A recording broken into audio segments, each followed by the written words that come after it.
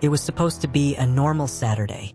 Mallory and Madison Reese, age 9, had just finished their vanilla swirl cones from the food court's corner dairy treat when their mother, Eliza, turned to answer a quick call. She stepped only a few feet away, pressing a hand over one ear to muffle the noise of the bustling mall. When she turned back, less than 30 seconds later, the bench where her daughters had been sitting was empty. No screams, no scuffle, no sign. They were just gone. The mall was locked down within 15 minutes. Security footage was reviewed. Loudspeaker announcements echoed through every corridor. But the cameras, outdated and grainy, had major blind spots. One clip caught the girls walking past a toy store. Another caught a shadow behind them, tall and hooded, following. And then, nothing. No footage of them leaving. No witnesses. No ransom notes. The Reese twins became a name on a poster, two faces on a milk carton, a cold case in a growing stack. Eliza Reese never gave up hope. But time did what it always does, it moved on. Until 20 years later. At 11:47 a.m. on a rainy Tuesday in February, a young woman named Georgia Kane stopped for coffee at a gas station off I-93 near the small town of Brookvale. She asked for a cappuccino and a scratch-off ticket. What she got was a mystery that reignited the case that had haunted the town for decades. The cashier handed her the receipt, folded neatly down the middle. Georgia shoved it into her coat pocket and walked out. It wasn't until that evening, while emptying her pockets at home, that she noticed something odd about it. There was handwriting on the back. Messy, rushed. My name is Madison Reese. I've been missing for 20 years. He's watching. Call police. Georgia stared at the words for a long time, her hand trembling. She Googled the name.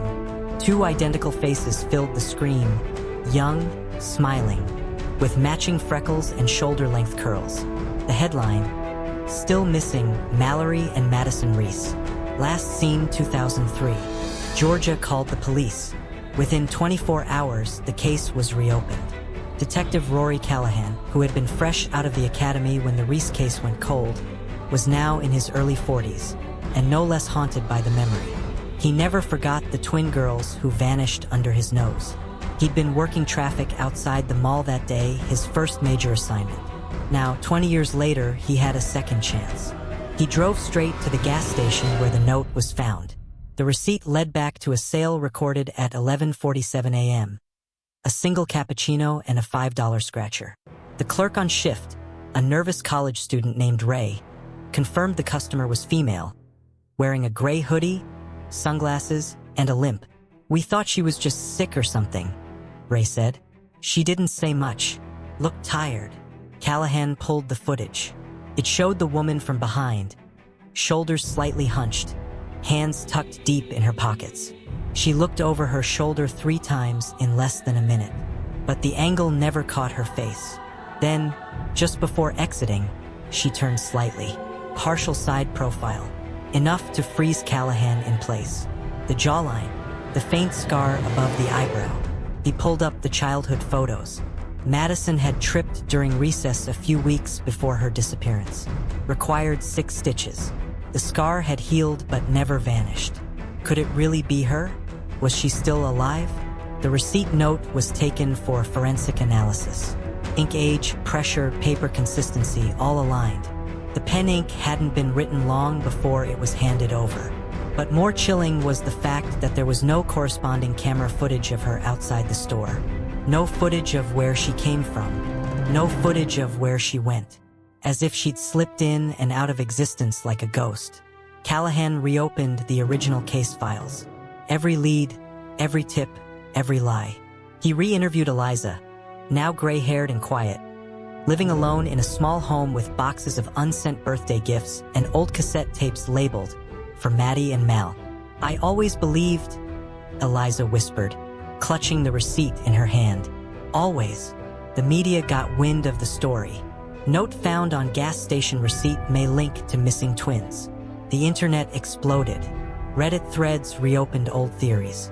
But while the world speculated, someone else was watching. That same evening, Security cameras outside Eliza's house caught a black van idling across the street for nearly 12 minutes.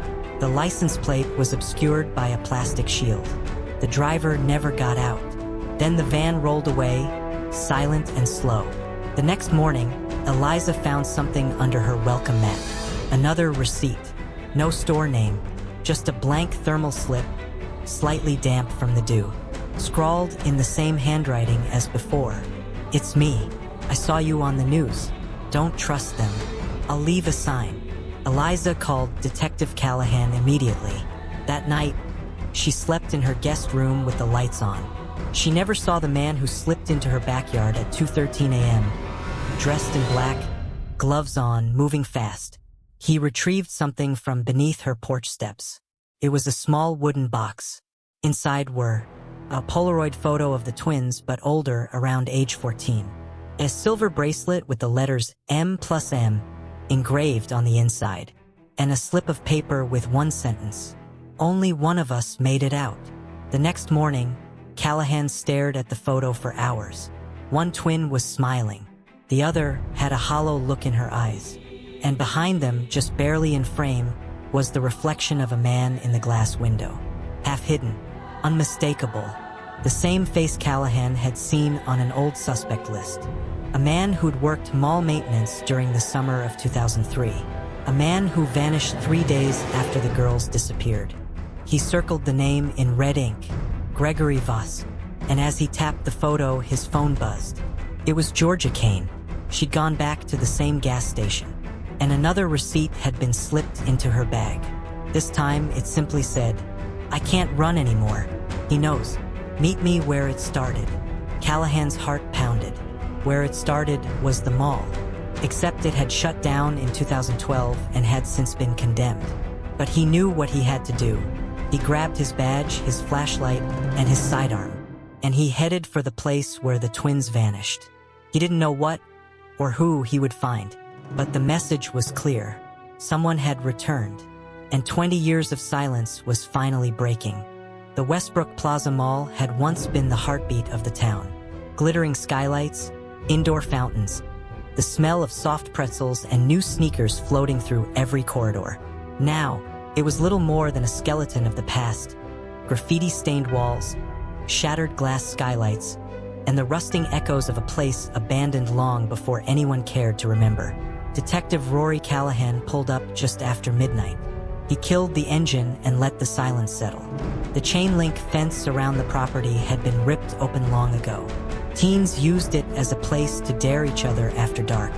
Urban explorers had mapped some parts of it, but no one had dared go deep. Not since someone claimed they heard crying in the old cinema wing. He slipped inside through a side door he'd used as a rookie. His flashlight cut through the darkness, landing on familiar, decaying storefronts. The old jewelry shop, a shuttered arcade.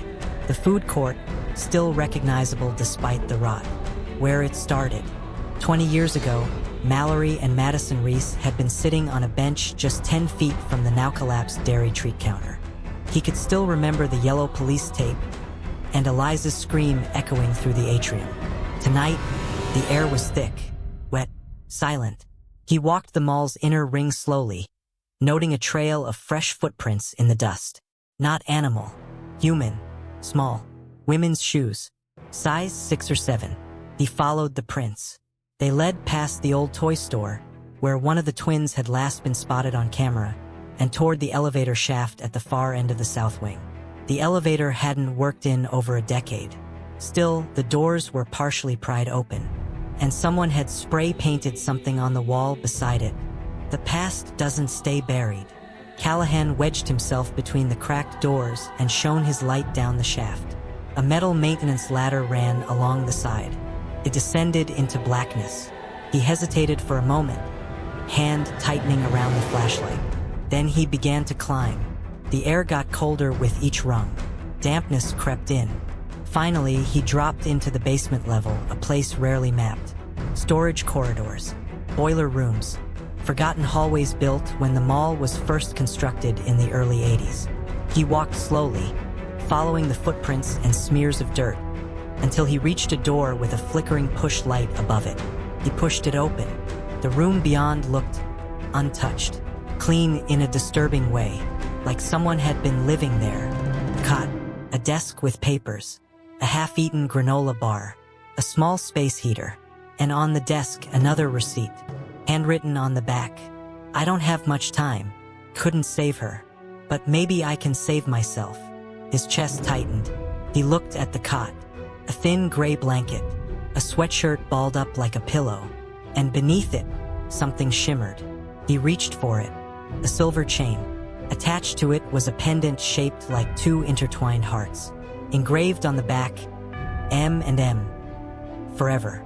Madison and Mallory. He turned back toward the door, just as it slammed shut. Locked from the outside. His flashlight flickered. Footsteps echoed just beyond the hallway. "Hello?" he called out. Silence. He slammed his shoulder into the door once, twice. The hinges creaked but held.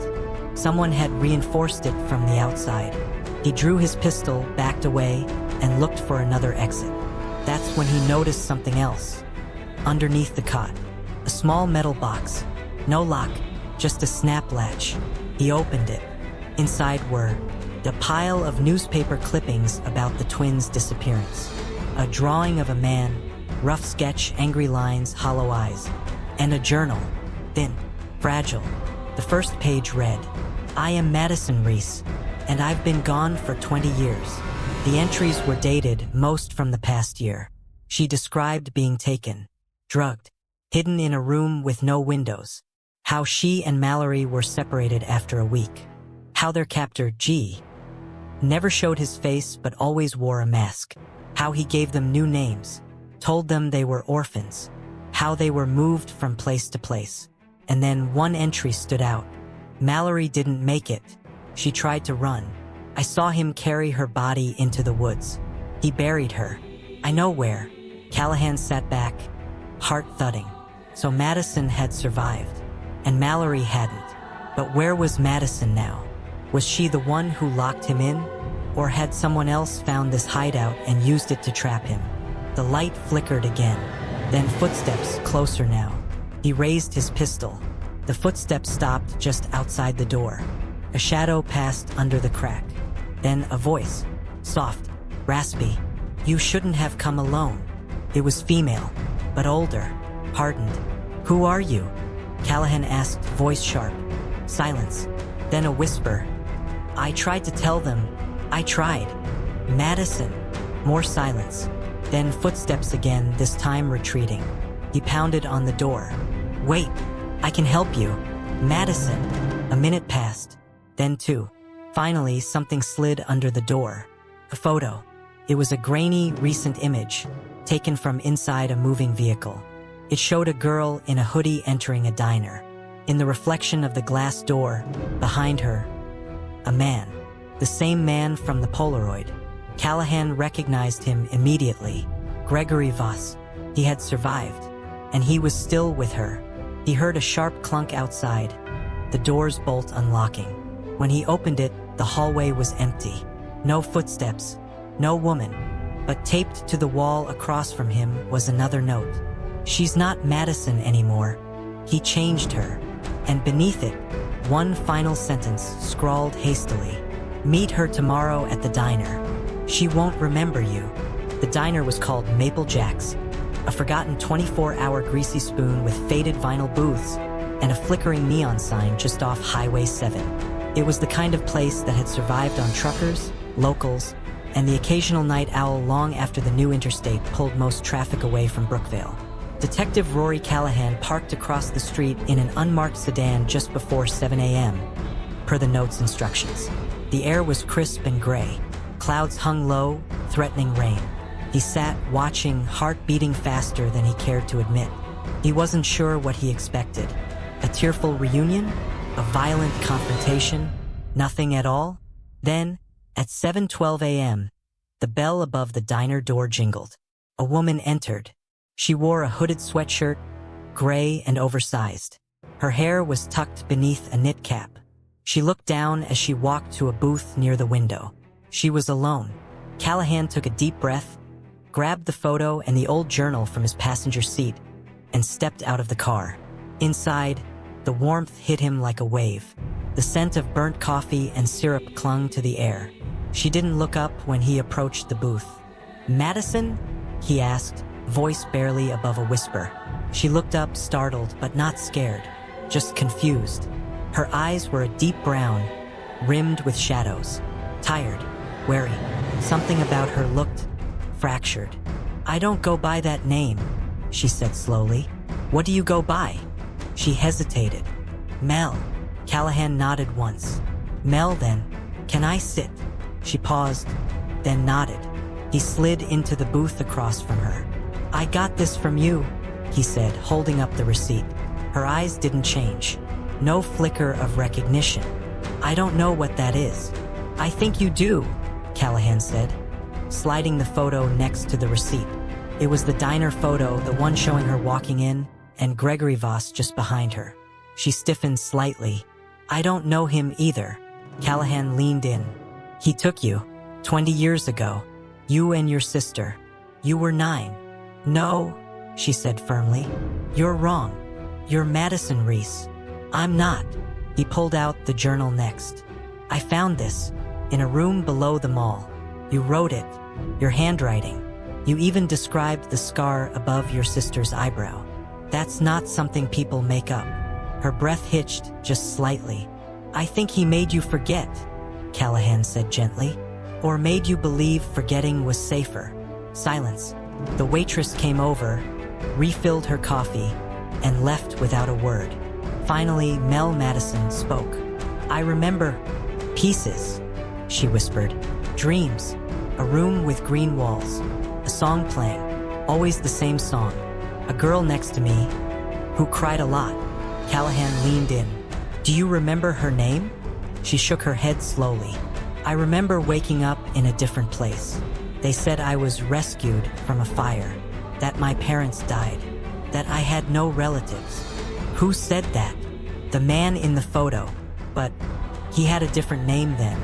Uncle Ray. He said he was my guardian, that I was lucky to survive." Callahan's stomach turned. "Where is he now?" Her voice cracked. "He's here." Callahan stiffened.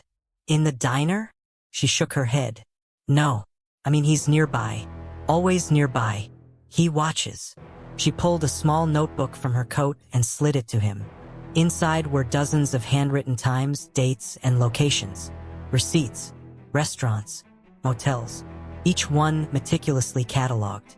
Callahan's eyes widened. "These are all places you left notes?" She nodded. "I've been trying to break free for a year," she whispered. "I didn't know who to trust, but then I saw the woman at the gas station. She looked kind, so I slipped the note in." "You're brave," Callahan said, meaning it. "I'm desperate." He looked down at the last page in the notebook. It had today's date and a time, 8 a.m. "We don't have much time," he said.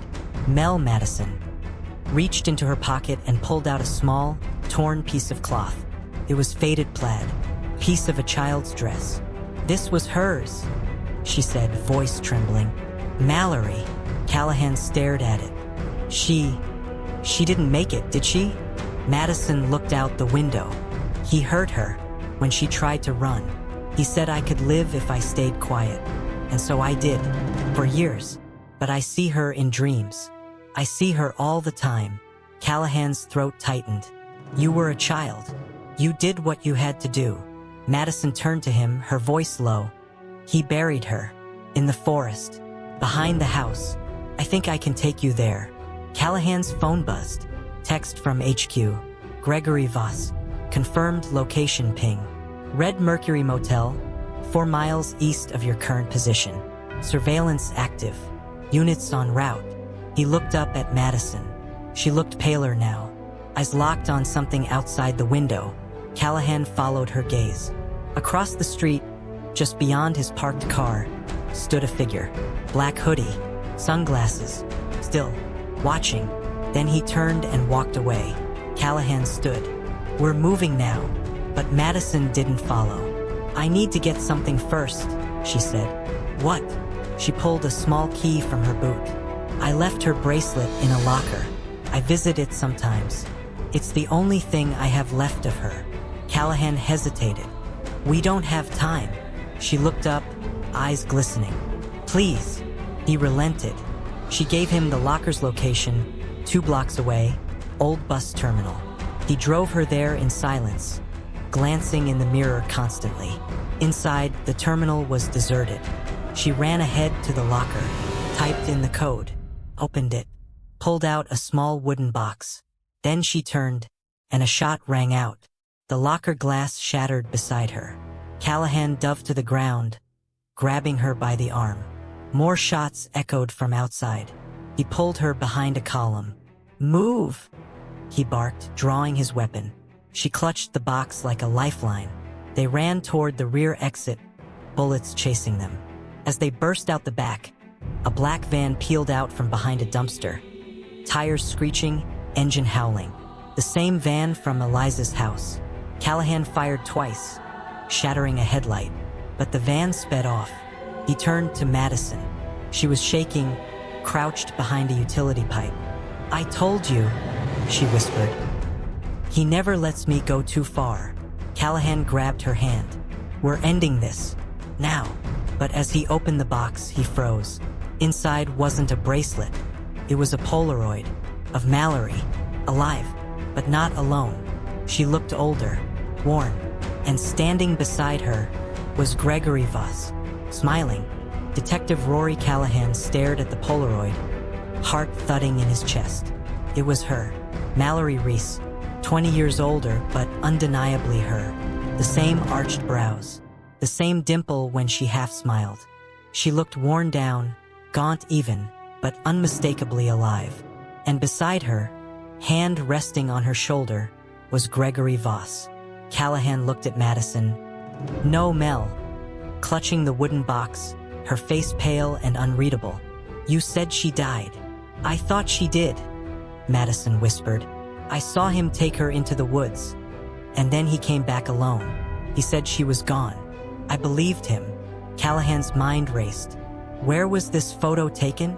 "I don't know," she said. "I've never seen it before. I didn't even know it existed. The van, the gunshots, the picture. Someone was trying to deliver a message or a warning." And now Callahan realized it wasn't just about rescuing Madison. It was about finding Mallory while she was still alive. They relocated to a safe house 2 towns away, under police protection. For hours, Callahan combed through old maps, property records, anything tied to Voss. Then he found it, a cabin listed under an alias, purchased in 2006 under the name Richard G.V. In the unincorporated area of Ash Hollow, a dense woodland range with no cell service and few neighbors. Madison didn't recognize the address, but when she saw the photo again, her breath caught. "The curtains," she whispered. "They were in the room he used to lock me in. He had a cabin, but I thought it was somewhere else." It was the lead they needed. By dawn, a tactical team of 6 officers, including Callahan and Madison under protection, set out for the cabin. They found it surrounded by trees so thick, even light had a hard time getting in. From a distance, it looked deserted. No smoke, no cars, no sound. The team fanned out, weapons drawn. Callahan and Madison crept toward the rear, hearts pounding. Then the door creaked open. A girl stood in the frame, thin, wild hair, barefoot. It was Mallory. She blinked at them, as if unsure what was real. "Mallory," Callahan said gently, lowering his weapon. Madison stepped forward, emotion breaking through her voice. "Mallory, it's me." Mallory stared at her, her eyes filled with tears, but she didn't smile. Instead, she looked over her shoulder. "He's still here." That was when the first shot rang out. Officers ducked and returned fire. The blast came from behind the cabin, in the woods. Callahan shoved both twins to the ground behind a water trough as officers pursued the direction of the gunfire. Minutes passed. Then a voice echoed through the trees. "Stop! I have her!" Gregory Voss emerged, dragging a female officer in front of him, gun to her head. He was older now, gray hair, a beard heavyset, but the eyes were the same. Callahan stood. Voss looked at the twins, shaking his head slowly. You ruined everything, he snarled. We had a family. We were safe. You stole them, Callahan said coldly. I saved them, Voss spat. Do you know what kind of life they were going to have? Their mother left them alone. Over and over. I was there. I watched. She was always distracted. That call at the mall? She could have ignored it. She should have. You're sick, Callahan growled. Voss smirked. Maybe, but I gave them a life. I gave them rules, food, safety. You gave them fear. The officer in his grip shifted. Just enough. Callahan saw it. The twitch of her hand on her belt. Then another shot, but not from Voss. From Madison. She'd grabbed the pistol from Callahan's holster. Voss fell, gasping, clutching his side. The officer broke free, tackled him to the ground, and cuffed him as backup swarmed in. Madison dropped the gun, shaking uncontrollably. Callahan caught her before she hit the ground. The case shook the nation. Gregory Voss was charged with multiple counts of kidnapping, child endangerment, unlawful confinement, and attempted murder. He pled guilty to avoid trial, unwilling to let the twins testify against him. But the damage had already been done. Madison moved back into Brookvale with help from a trauma recovery organization. She began writing a memoir with the help of a ghostwriter. Mallory struggled more. She'd spent years believing her sister had been lost to the outside world. That escape was betrayal. But slowly, with therapy, she began to reintegrate. It wasn't easy. There were triggers, shadows, silences, but they had each other again. And that made all the difference. A year later, on a rainy autumn afternoon, a dedication was held at the mall, now demolished and turned into a park. At the center stood a plaque with two names, Mallory and Madison Reese, for the time stolen and the courage to take it back. Madison looked down at the worn silver bracelet on her wrist. M+M, it read, just like it always had. She turned to her sister, who nodded and whispered, "We made it." And for the first time in 2 decades, the world finally felt real. This is Zen Stories. Like, subscribe, comment, and share. Remember to watch other interesting videos that will keep you glued.